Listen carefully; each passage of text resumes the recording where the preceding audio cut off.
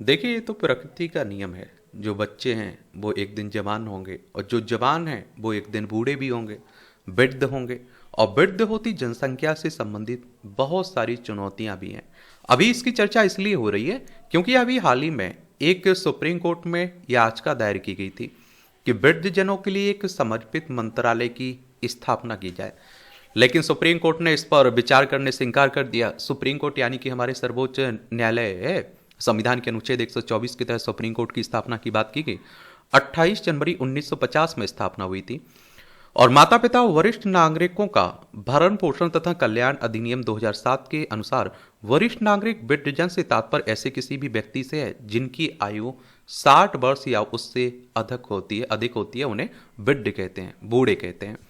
अब बात आती है कि भारत में वृद्धजनों की स्थिति क्या है वर्तमान में, उस पर भी हम लोग बात करेंगे, जानेंगे। और वृद्ध होती जनसंख्या के समक्ष आखिर कौन कौन सी समस्याएं हैं, चुनौतियां हैं, उन पर भी बात करेंगे, जानेंगे उसके बारे में। और जनसांख्यिकीय संक्रमण क्या होता है उसे भी हम लोग देखेंगे। और भारत में प्रमुख जो वृद्ध देखभाल योजनाएं हैं उनके बारे में भी बात करेंगे। एक और आपको बात बता दूं, आप लोगों ने एक कहावत सुनी भी होगी कि एक माँ बाप मिलकर आप देखिए 10 से 12 बच्चों का पालन पोषण कर लेते हैं। लेकिन माँ बाप को जब पालने पोसने की बारी आती है, उनका बुढ़ापा आता है, तो 12 से 15 बच्चे भी मिलकर एक माँ बाप को नहीं पाल पाते हैं। वृद्धाश्रम जाकर देख लीजिए आप लोग, घर में जो अधिकतर आप देखते हैं कि बूढ़े बुजुर्ग हैं, उनके साथ जिस तरह का व्यवहार किया जा रहा है आज के समय में, उन्हें जाकर देख लीजिए आप लोग। तो चलिए, इस तरह के टॉपिक से आपके एग्जाम में क्वेश्चंस भी पूछा जाता है, चाहे आप लोग स्टेट पीसीएस एग्जाम की तैयारी कर रहे हो या फिर सिविल सर्विस एग्जाम की तैयारी कर रहे हो। तो एक सामान्य जानकारी जरूर रखा करिएगा। वर्तमान रुझान की बात करें तो भारत में वृद्धजन वर्ग यानी कि 60 वर्ष से अधिक 2022 में 10.5% था टोटल जनसंख्या का, और जिसके वर्ष 2050 तक बढ़कर 20.8% और वर्ष 2100 तक 36% से अधिक हो जाने का अनुमान है। 2026 तक भारत में वृद्धजनों की संख्या बच्चों 0 से 14 साल से अधिक हो जाएगी। वर्ष 2050 तक कार्यशील वर्ग 15 से 59 आयु वर्ग की जनसंख्या में गिरावट आएगी, क्योंकि अभी सबसे युवा देश है हमारा, और इसका फायदा उठाइए ना, वरना आगे चल के यही तो बूढ़े होंगे। काल प्रभावन की गति तो 2010 से 2020 की अवधि में भारत की वृद्धजन संख्या 15 वर्षों की दर से दुगनी हो गई है, जबकि दक्षिण और पूर्वी एशिया में वृद्धजनों की संख्या दुगना होने की अवधि 16 वर्ष थी। वृद्धजन वर्ग की दशकीय वृद्धि दर 31% 1981 से 1991 से बढ़कर 41% 2021 से 31 हो गई, जो त्वरित उम्र बढ़ने का संकेत है। क्या है? संकेत है एक तरह से। काल प्रभावन सूचकांक तो दक्षिण भारत के जिन राज्यों में वृद्धजनों की संख्या अधिक है वहां काल प्रभावन सूचकांक अधिक है, जो जनन क्षमता में कमी तथा बच्चों की तुलना में वृद्ध व्यक्तियों की अधिकता को दर्शाता है। प्रति 100 बच्चों यानी कि 15 वर्ष से कम पर वृद्धजन 60 प्लस वर्ष की संख्या को मापने वाला काल प्रभावन सूचकांक 2021 में भारत में 39 था। वृद्धावस्था निर्भरता अनुपात तो 2021 में भारत में प्रति 100 कार्यशील आयु वाले व्यक्तियों पर वृद्धजनों की संख्या 16 थी, और जिनमें दक्षिण भारत में यह अनुपात 20 और पश्चिम भारत में आप देखते हैं कि 17, केंद्र शासित प्रदेशों पूर्वोत्तर भारत में लगभग 13 था। वृद्धावस्था निर्भरता अनुपात प्रति 100 कार्यशील आयु वाले व्यक्तियों 15 से 59 वर्ष पर वृद्धजनों 60 प्लस वर्ष की संख्या को दर्शाता है। 60 वर्ष की आयु में जीवन प्रत्याशा भारत में 60 वर्ष की आयु में औसत जीवन प्रत्याशा 18.3 वर्ष है, जिसमें महिलाओं की प्रत्याशा पुरुषों की अपेक्षा अधिक है। महिलाओं के लिए 19 वर्ष, पुरुषों के लिए 17.5 वर्ष। राज्य भिन्नताएं तो दक्षिणी राज्यों और हिमाचल प्रदेश, पंजाब जैसे उत्तरी राज्यों में वर्ष 2021 में राष्ट्रीय औसत 10.5% की तुलना में वृद्धजनों की आबादी अधिक थी। बिहार, उत्तर प्रदेश जैसे उच्च प्रजनन दर वाले राज्यों में 2036 तक वृद्धजनों की आबादी में वृद्धि होने का अनुमान है एक तरह से। और क्षेत्रीय तुलना की बात करें, वर्ष 2050 तक दक्षिण एशियाई क्षेत्रीय सहयोग संगठन सार्क के देशों की वृद्ध आबादी का औसत 19.8 होगा, और सार्क में मालदीव 34.1%, श्रीलंका 27%, और आप देखेंगे और में वृद्धों का अनुपात अधिक होगा, जबकि भारत का हिस्सा लगभग 20% रहेगा। हालांकि संख्या में महत्वपूर्ण लगभग 34.7 करोड़, क्योंकि जनसंख्या में हम लोग टॉप पर है ना। सार्क के बारे में याद रखिए, south Asian association for regional cooperation की बात हो रही है।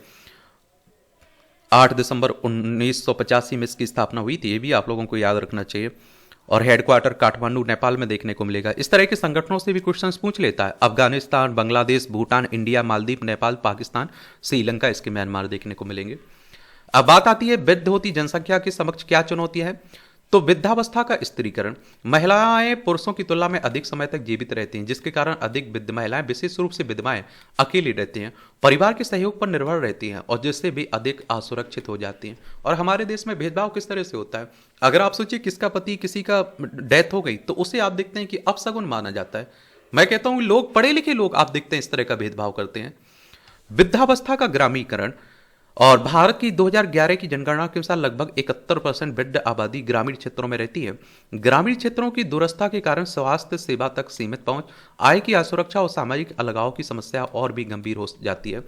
और देखिए जनगणना की बात करें तो 1872 में लॉर्ड मेयो के समय से शुरुआत हुई थी। 1881 में लॉर्ड रिपन के समय से व्यवस्थित नियमित जनगणना हुई थी। वृद्धों की आयु बढ़ना, वृद्धों की आयु बढ़ने का अर्थ है बुजुर्गों की बढ़ती संख्या 75 वर्ष से अधिक होगी, जिससे स्वास्थ्य देखभाल और सामाजिक कल्याण प्रणालियों पर अतिरिक्त दबाव बढ़ेगा। अविकसित रजत अर्थव्यवस्था और सेवाओं की मांग और आपूर्ति के बीच असंतुलन को और बढ़ा देती है। रजत अर्थव्यवस्था में वृद्ध आबादी 60 प्लस के लिए बाजार के अवसर शामिल हैं, जो उनके जीवन की गुणवत्ता, स्वास्थ्य और वित्तीय कल्याण को बढ़ाने के लिए वस्तुओं, सेवाओं, नवाचारों पर ध्यान केंद्रित करते हैं। अब आप सोचिए जब वृद्ध होंगे तो उन्हें भी, हमारे बच्चे जब हम लोग रहते हैं ना, जिस तरह हमें माँ बाप की जरूरत रहती है संभालने के लिए, उसी तरह उन्हें भी जरूरत पड़ती है। और मैं कहता हूं कि प्रकृति का वो नियम है, आज वो आपको संभाल रहे हैं, कल उनके भी संभालने की बारी आ गई तो आपको भी ध्यान रखना होगा। आर्थिक निर्भरता, केवल 11% वृद्ध पुरुषों को कार्य पेंशन मिलती है, जबकि 16.3 को सामाजिक पेंशन मिलती है। वृद्ध महिलाओं में 27.4% को केवल सामाजिक पेंशन मिलती है तथा केवल 1.7 को कार्य पेंशन मिलती है। लगभग 5वें हिस्से के वृद्धों के पास कोई आय नहीं है, जिसके परिणाम स्वरूप वे वित्तीय असुरक्षा की स्थिति में रहते हैं।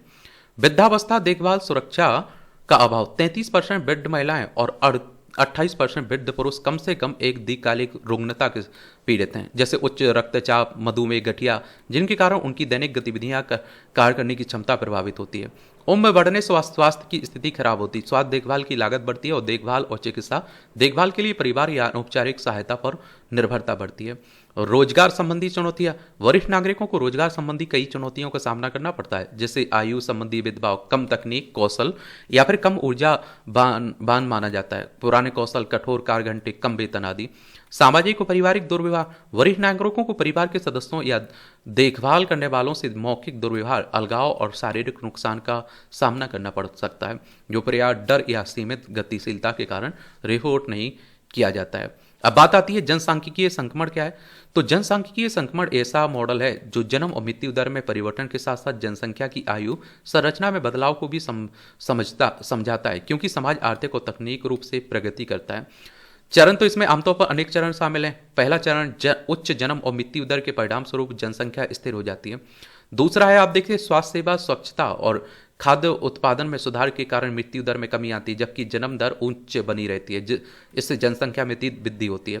तीसरा है, जन्म दर में गिरने लगती है और जिससे जनसंख्या वृद्धि धीमी हो जाती है। कारकों में आप देखिए शहरीकरण, कम बाल मृत्यु दर, गर्भ निरोधक तक पहुंच और छोटे परिवारों के पक्ष में सामाजिक बदलाव शामिल है। चौथा चरण देखें तो जन्म और मृत्यु दर दोनों कम होती हैं और जिससे आप देखते हैं जनसंख्या स्थिर या वृद्धि होती है। यह चरण उच्च जीवन स्तर, उन्नत प्रौद्योगिकी और सामाजिक विकास को दर्शाता है एक तरह से, ये भी है। और आप देखेंगे अगर हम लोग भारत में प्रमुख जो वृद्ध देखभाल योजना है ना, जैसे अटल वायु अभ्युदय योजना हो गई, राष्ट्रीय वायुश्री योजना हो गई, राष्ट्रीय सामाजिक सहायता कार्यक्रम, वृद्धों के स्वास्थ्य देखभाल की राष्ट्रीय कार्यक्रम, अटल पेंशन योजना हो गई। आप इस तरह के टॉपिक पर कहीं कुछ लिख रहे हैं तो ये सरकार की पहलों के रूप में लिख सकते हैं। भारत की प्रतिबद्धताओं की बात करें तो भारत ने वर्ष 1999 में वृद्ध व्यक्तियों पर राष्ट्रीय नीति तैयार की। वह मैड्रिड अंतर्राष्ट्रीय वृद्धावस्था कार्य योजना का हस्ताक्षर करता है। संयुक्त राष्ट्र का स्वस्थ आयु दशक 2021 से 30 तक अच्छे स्वास्थ्य और कल्याण पर SDG 3 के साथ संरेखित है। संयुक्त राष्ट्र की बात करें तो यूनाइटेड नेशंस की बात हो रही, 24 अक्टूबर 1945 में स्थापना हुई थी। न्यूयॉर्क USA में इसका हेडक्वार्टर देखने को मिल जाएगा। चलिए, आपका कोई सवाल हो मेरे लिए, सुझाव हो तो आप लोग जरूर बता सकते हैं। धन्यवाद।